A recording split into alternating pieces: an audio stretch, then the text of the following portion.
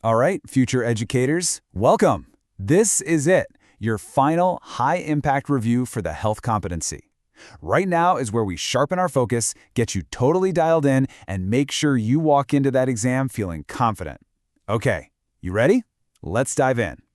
So I want you to think of this session less like a review and more like our final strategy huddle. We're not just going to be recalling facts here. Nope. We're building your playbook, your game plan to totally master this part of the exam. It's all about turning those standards into winning strategies. And to keep things really simple and memorable, we've organized everything you need to know into 3 core pillars. You see them right here: the holistic teacher, risks and prevention, and growth and relationships. Seriously, these are your strategic foundations. They're going to help you categorize any question the exam throws your way. So let's break them down, one by one. Okay, first up, pillar number 1, the holistic teacher. This one's all about your fundamental role, your why. You know, the exam really wants to see if you get the big picture. Why are you even teaching health? And the answer is, it's all connected, right? It's about physical, mental, social, and emotional wellness all working together. So what's your core mission? Well, it's to use the TExES, the TExES Essential Knowledge and Skills, your state standards, to plan instruction that actually works. Look, your job isn't just to have kids memorize the food pyramid. The real goal, the thing that actually matters, is teaching the skills for lifelong wellness. It's about empowering students to make their own smart, healthy choices. And believe me, that mission covers a ton of ground. Just look at this list.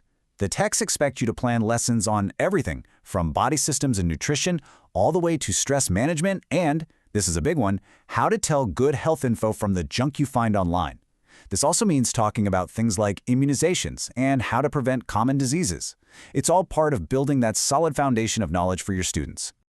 All right, time for a quick mental drill. You get a test question, and it's about designing a lesson, any lesson, based on the state standards. Where does that fit? Which pillar? Yep.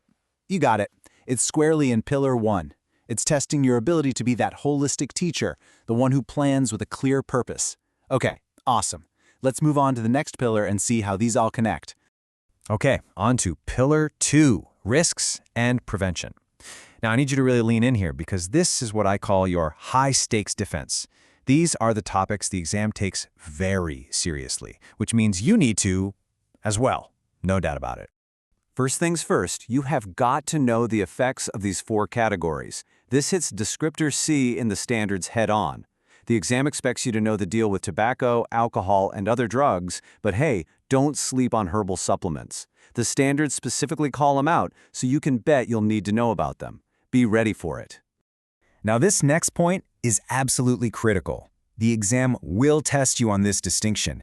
You've got to know the difference between prevention, which is all your proactive stuff, like teaching safety rules, and response, which is what you do after something happens, that reactive part. I love this analogy. Prevention is the shield, response is the ambulance. Make sure you know the difference. And remember, this pillar isn't just about scraped knees or accidents. It's also about your role in teaching kids how to handle really tough stuff like bullying, violence, and abuse. What does that look like? It means teaching them those critical refusal skills and, maybe the most important part, how and when to go get help from an adult they trust. All right, let's pivot to our final pillar, growth and relationships. So now we're moving beyond just the physical stuff, and we're focusing on the social and emotional well-being of your students. And honestly, this is just as important for a healthy, happy life. The thing is, the exam expects you to be a bit of a developmental expert. You've got to know how a health conversation totally changes as kids grow up. Think about it. In early childhood, you're just building basic habits, but by upper elementary, whoa, now you're helping them navigate complex peer pressure and all those big emotional changes that come with growing up. And really at the heart of this pillar is your ability to teach kids what makes a relationship healthy versus unhealthy. The difference is pretty clear, right? Healthy relationships are all about empathy, respect, communication. Unhealthy ones, they're full of bullying, conflict, disrespect. Your job is to give students the words and the tools they need to build the good ones and recognize, and get away from, the bad ones. And these are the tools we're talking about. These are the practical, social-emotional skills that come straight from the standards. This is what you're expected to teach. We're talking everything from conflict resolution and refusal skills all the way to coping with tough stuff at home, like family stress or grief. You're not just teaching health facts, you're helping build resilient, emotionally intelligent people. Okay, let's lock all this in. We've built the playbook, and now it's time for the final play. This is your rapid-fire review. We're going to commit these 3 pillars to memory right here, right now. You ready?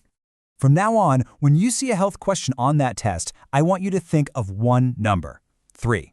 That's it. Just 3 pillars to help you organize your thoughts, categorize the question, and zero in on the right answer. Pillar 1, the holistic teacher. That's your purpose. It's all about planning with the text to create great age-appropriate lessons. Pillar 2, risks and prevention. That's your defense. You got to master the info on substances and safety and know that crucial difference between preventing a problem and responding to one. And Pillar 3, growth in relationships. That's about the whole child. You need to understand their journey, their developmental stages, and teach them the skills they need for healthy, respectful relationships. And at the end of the day, never lose sight of this. Every single standard, every lesson you plan, every question you'll see on this exam, it all comes back to one powerful mission: equipping your students with the skills they need for a lifetime of wellness. You are so ready for this. You have the framework, you know the content, and you understand the mission. The playbook is officially in your hands. So really, the only question left is, what's your first move? Go out there and conquer this exam. You've totally got this.